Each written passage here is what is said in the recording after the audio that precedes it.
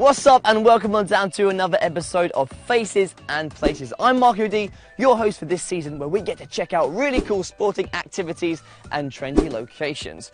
I am here in Kuala Kubu Bahru, and there's one thing I've always wanted to do. If I could have one special power in the world, it would be to fly. So today, I'm going to try paragliding.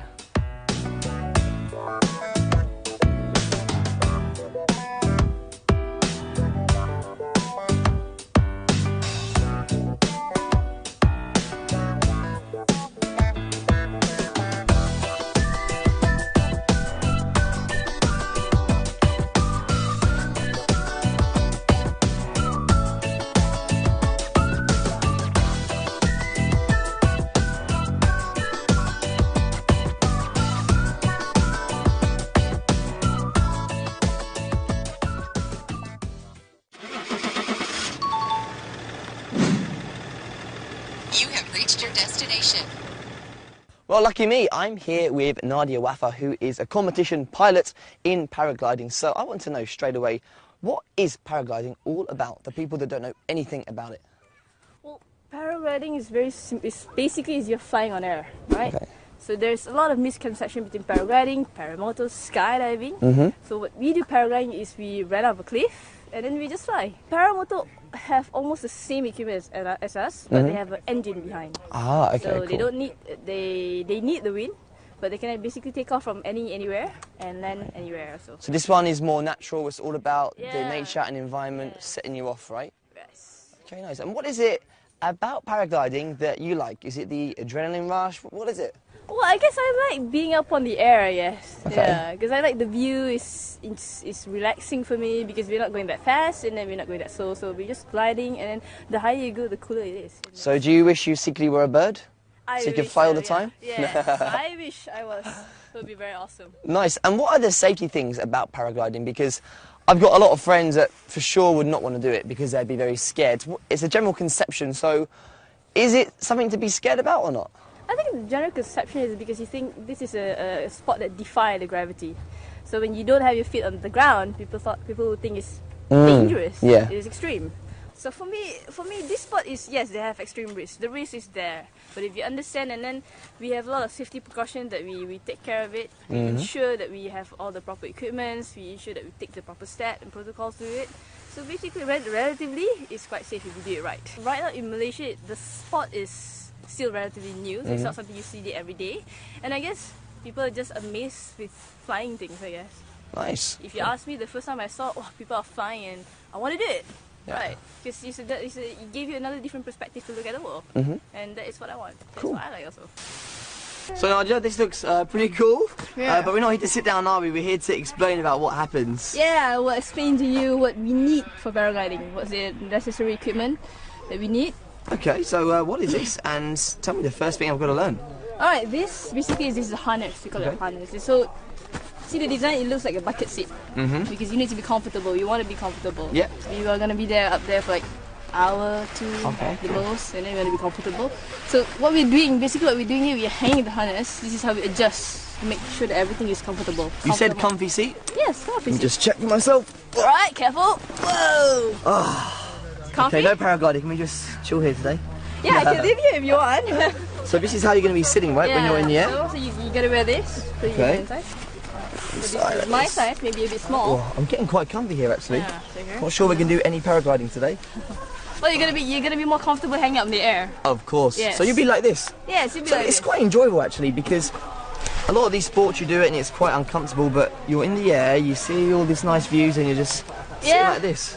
Hence the reason why I love this. I can't wait. Okay, I'm going to get out and I'm going to learn more safety tips. Okay, so how do we control this? Alright, basically this will be connected to the glider itself. So we have a riser that connects to this. Right, okay. So this is what connects you, the harness, you and the glider. So Got it. If you don't connect this, you don't fly. Or you fall. Oh, you fall. Yeah. Goodbye, Mark. Yeah, goodbye Mark. Okay, So great. this is my glider. So this is the glider. You can see it inside actually. Open it up. This is the riser. Ah, so this is our riser. This is our riser. Nice, okay. We have left and right. So And how do you operate it? You just pull left and Yes. right. Is it simple? simple. So it's connected like that. This is a toggle. This is the braking system. This is it. Very colourful. Yeah, very colourful. So all have their purpose. So we have A, B, and C and D. And does the wind play a big part in this or not? During the takeoff and the landing, the wind does. Right. Okay. So you need some wind. We need some wind. We need some wind, but not strong wind. And we always take off headwind. I mean the wind from in front. Okay, great. Same also when we're landing, we're gonna go from headwind landing. And when you land, what is the correct safe way to land on your feet without breaking your legs? For tandem, for passenger, the safest way to land is basically just pull up your feet and just land on your harness. It's fine. Okay, cool. Yes.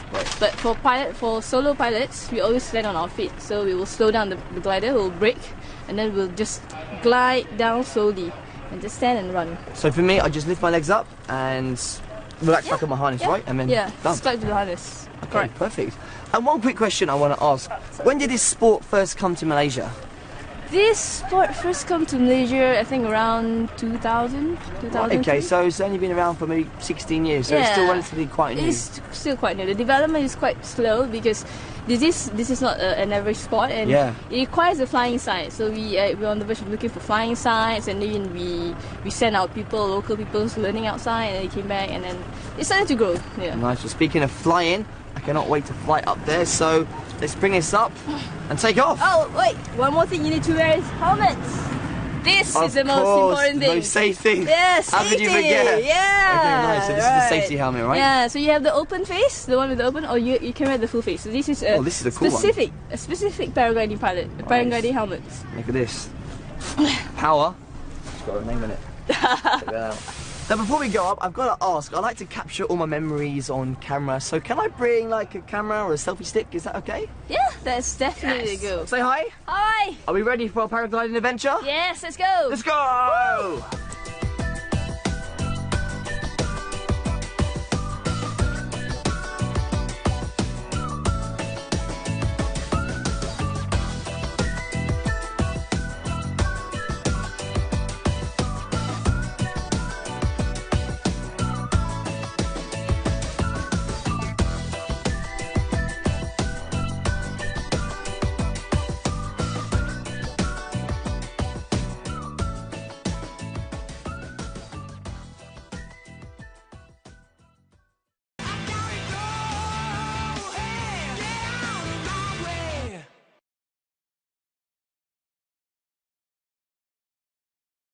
So we're about to go 1,400 feet high, right? Yes, to the takeoff So site. it's going to be a long climb. We're going to go on the back of this, right? Definitely. I'm going to be in the back. Let's do this. Let's go. Let's go. Right.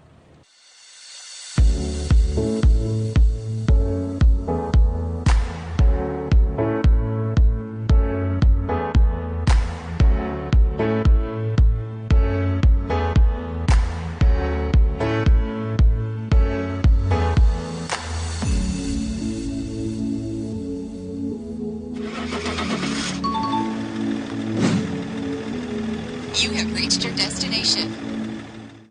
So we are here finally. It's very hot. I can't wait to go out in the air, but we've got the equipment here, so maybe you can tell me what we're going to do. Okay, so first of all, this is a solo set. This is my set. So there will be I will show you another one which is tandem. But basically they are the same. The only thing you have a passenger harness for you. Okay, cool. Okay? So this is the solo set. It's my size, my weight. Right. So it is small size. And then this is the harness. So we will lay out the glider properly here like this. So we'll attach the riser again. These two will attach. And you adjust it to your weight basically, right? Yes, the glider is adjusted to your weight. Okay, when you cool. buy the glider, you just tell what's your weight. So I'm quite heavy, so is it going to be able to manage me? It's okay, the tandem glider can go up to 200 Okay, kg. good. Right, so basically just do this, lay it out, wear the harness, wear the helmets, and wait for good wind. Nice. Just... Oh, I feel good wind right now. Yes, this is it. Good wind, come in! Keep coming in. The desire to fly has always been strong in the human psyche, a curiosity to explore the skies and soar like birds. Paragliding, however, came from attempts to come down from the skies. Paragliding originated from parachutes, the latter being known for providing pilots a safe exit from falling planes in World War I.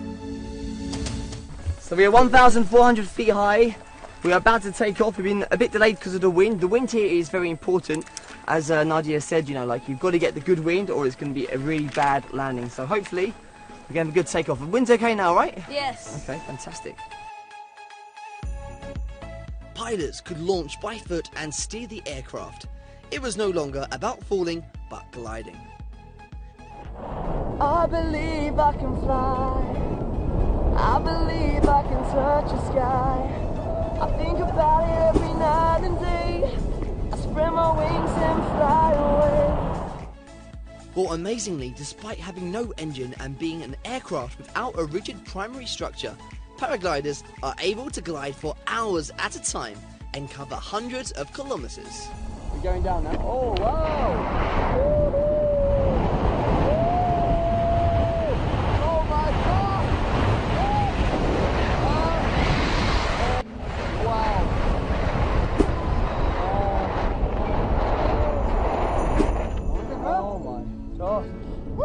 I did not expect that. What was that, man? Spider, bro.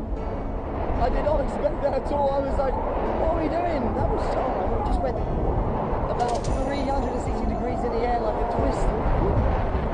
Oh my god, my stomach was going. I had butterflies everywhere. The adrenaline rush was crazy.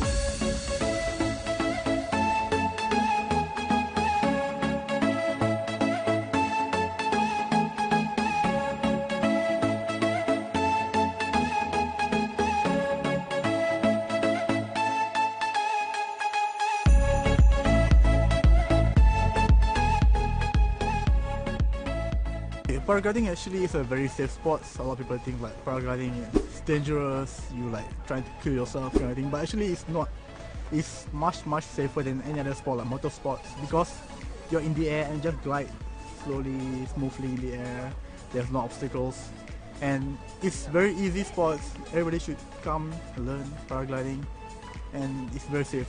Our biggest hope for this paragliding, we want to introduce it to the all levels of the society, especially the youth, because from them, if we can nurture them, train them, they will represent whatever we have now in the future.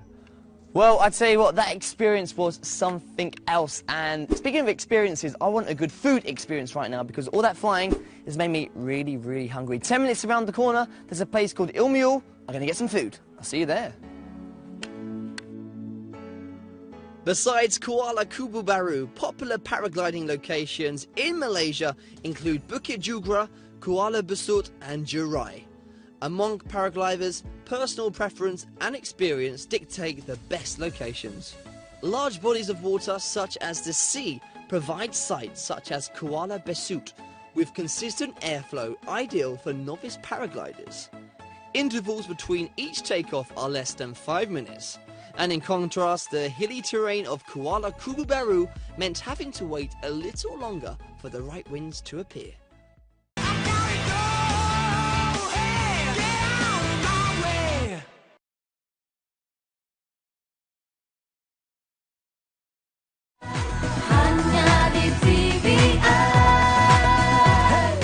Hai, apa khabar semua? Assalamualaikum.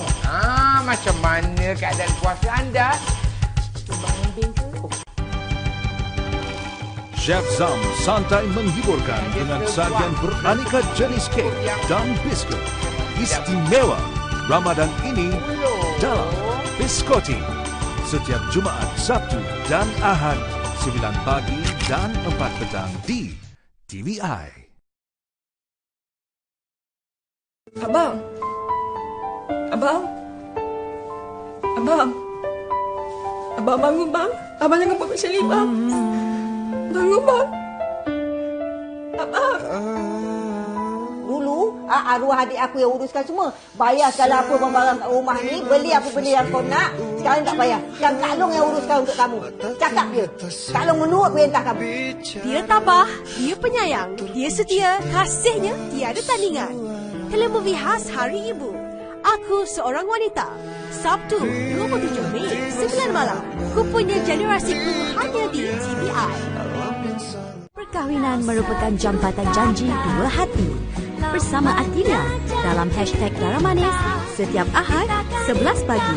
Setia bersama hanya di TVI. So elemen-elemen yang kita gunakan untuk semua dekorasi ni Itu yang kita campurkan, adanya unsur moden dan juga unsur-unsur tradisional. Mudahan sampai akhirnya bulan akhir takkan rasa walau sejuta. Putih sejati jadi penyeri, bertunjuk langit rumahnya Johor. Bijak pemilik tidak terperi, rumah nan indah lagi tersohor. Bersama saya Faizal Oda dan Penekan Din Daud akan memperkatakan tentang elemen tradisi Melayu dalam aliran urban.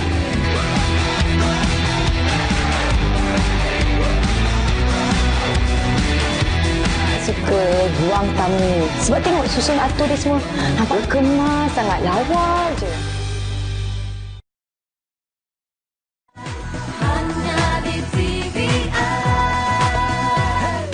Well, you might find that in a town like this, it might be hard to get some nice food. That is where you are wrong, because we're in Malaysia. Wherever you go, you can find good food. You just got to find it for yourselves. I'm here at Cafe Ilmio, or Cafe Ilmayo, I don't know. I'm going to go inside, I'll ask the owner, and maybe she will be able to help me how to say it. But most importantly, I'm going to go and eat. I'm hungry. Let's get the grub.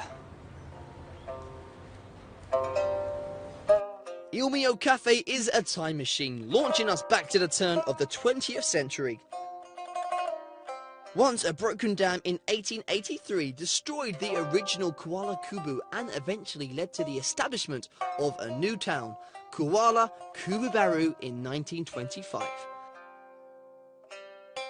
Artifacts from the last century and books discussing the town's history make Ilmio the unofficial town museum.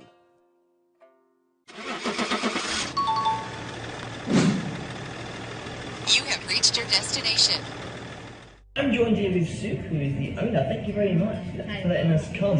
First of all, could you tell me how to say the name of the cafe correctly? Yeah, Ilmio Cafe. Ilmio, and that's not Malaysian, is it? Is it another language? It's an Italian word. Okay. Yeah, meaning my cafe. Ah, okay. So why did you want to have an Italian name? Yeah, because I want to register with my cafe, but my mind stands for Malaysia. Malaysia, yeah. Yeah, so I need to use another word, so I chose an Italian word. Okay. Ilmio Cafe. And I know this isn't Italian, this here, you've got the Chinese writing Yeah, there. What the does that Chinese mean? name is Gumaoren. Gumaoren. Gumao is Kuala Kubu in Chinese word, and then Ren is people, person. Ah, so Kuala Kubu is here, Stand right? for resident of Kuala Kubu. Nice, okay. So when I eat this, I feel like one of the locals, right? You should feel Kuala Kubu. Nice. So tell me, how long has this place been around for? I opened this cafe in years 2012. Okay, so still relatively new. Yeah, 4 years. Okay, but it kind of has that old vibe, you know. Still, you've got. It's not like one of those new places that's very hipster. You've kept the tradition, which I like. You know, you have a lot of the historical things here. Is that what you want to keep? Yeah, all this is all my father's collection. Oh, nice. And when I opened this cafe, actually I hope to introduce Kuala Kubu to everyone. So I bring up Kuala Kubu history. Oh, I didn't see that. Okay, nice. But in Chinese. So can you tell me something about Kuala Kubu? Kuala Kubu actually, Kuala Kubu Bahru is actually the first town planning from the British government. Yeah, with the concept of garden city. Right. Yeah, it's the first one in Malaysia. Nice. So good gardens. Yeah, I need to bring up the historical part of this town and introduce to all of them. So it's a cafe that not only does good food, well, I'm actually yet to try the food, but also you'd like to talk about the history of this town. Okay, lovely. And what dishes have we got here? I'm excited to try them. I've been paragliding, very hungry, and this looks very nice. Yeah, this one is nasi lemak rendang, and then the rendang is my mother recipe. Oh, okay. And then this one is stuffed bread with bread and ikan fish upstairs. Okay. And then this one is chicken chop with the sauce, black pepper sauce and salted egg sauce. And then this one is claypot chicken rice. So very Malaysian dishes, of course. You've got the nasi lemak, you've got chicken chop, clay pot. Okay, cool. So where to start? Where to start? They all look so good. I'm going to try this. It's right in front of me. Let's try this one. Ooh. Look at that chicken. We salted fish upstairs.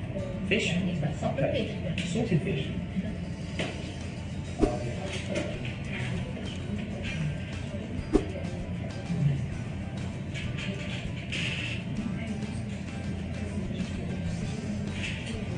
my god, the chicken's really good.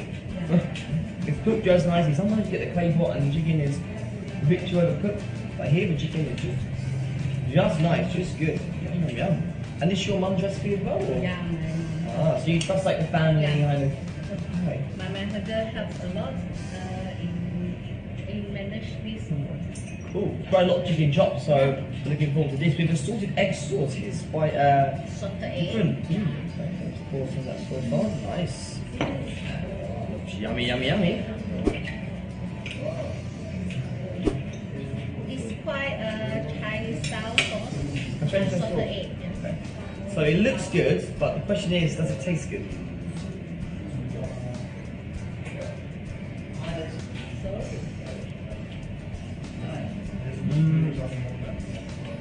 I don't like it. I love it. It's really good. Yum, yum, yum. Chicken once again. So nice. Not too chewy. And that salted egg sauce. I've never tried salted egg sauce on a chicken chop. I wouldn't try it, but in the future I might, because it actually goes really nice together actually. So now the most Malaysian dish on the table, nasi lemak rendang. Cool. Spicy? Okay, she says it's not spicy, but for a masala like me, it's going to be very spicy. So I've got my drink prepared, because I know I ain't going to be able to handle the spice.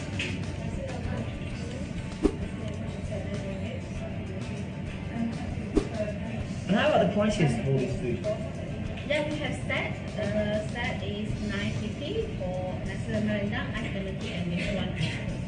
So cheap. A small house. Like I said, she said it's not spicy. For me, it's too spicy. Yeah, you can have your drinks. Very nice. Yeah. Very good. If you like spicy food, you're gonna love it.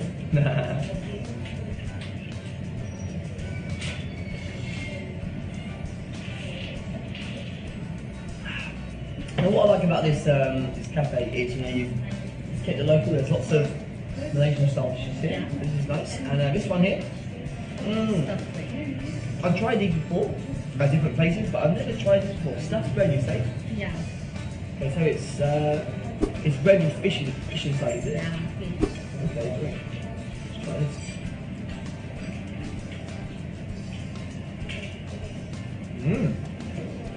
Not bad.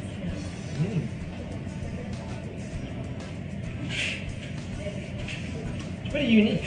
Like, I would not think fish inside bread would taste nice, but it actually goes quite well together. But Chinese will cook hakka, Chinese hakka will cook with this fish, put inside the vegetable.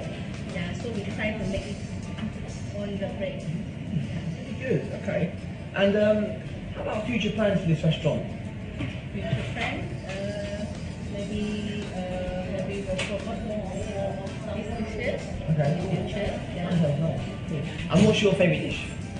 Yeah. Your favourite dish? My favourite dish is nasi lemak rendang. Lemak rendang. Okay, say what? I'm still hungry, so you can take nasi lemak. I'm gonna take my favourite one, the salted egg chicken chop. Let's makan. Let's get the grub.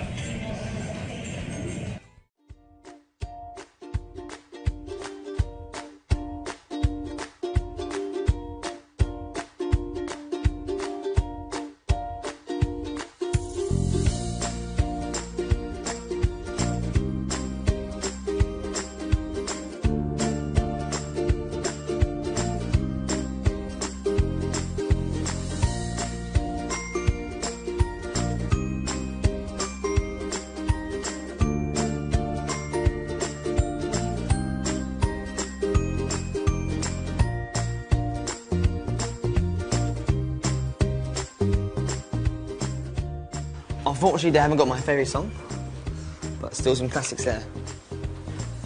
Sinaran, Montari, Mainari.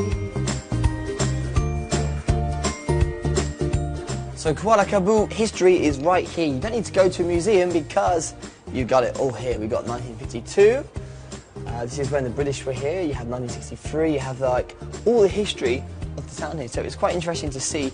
And it's quite nice at this cafe, they've got all of this, so you can see some of the history behind this town that I never really heard much about beforehand, but I'm getting to learn a lot more about it.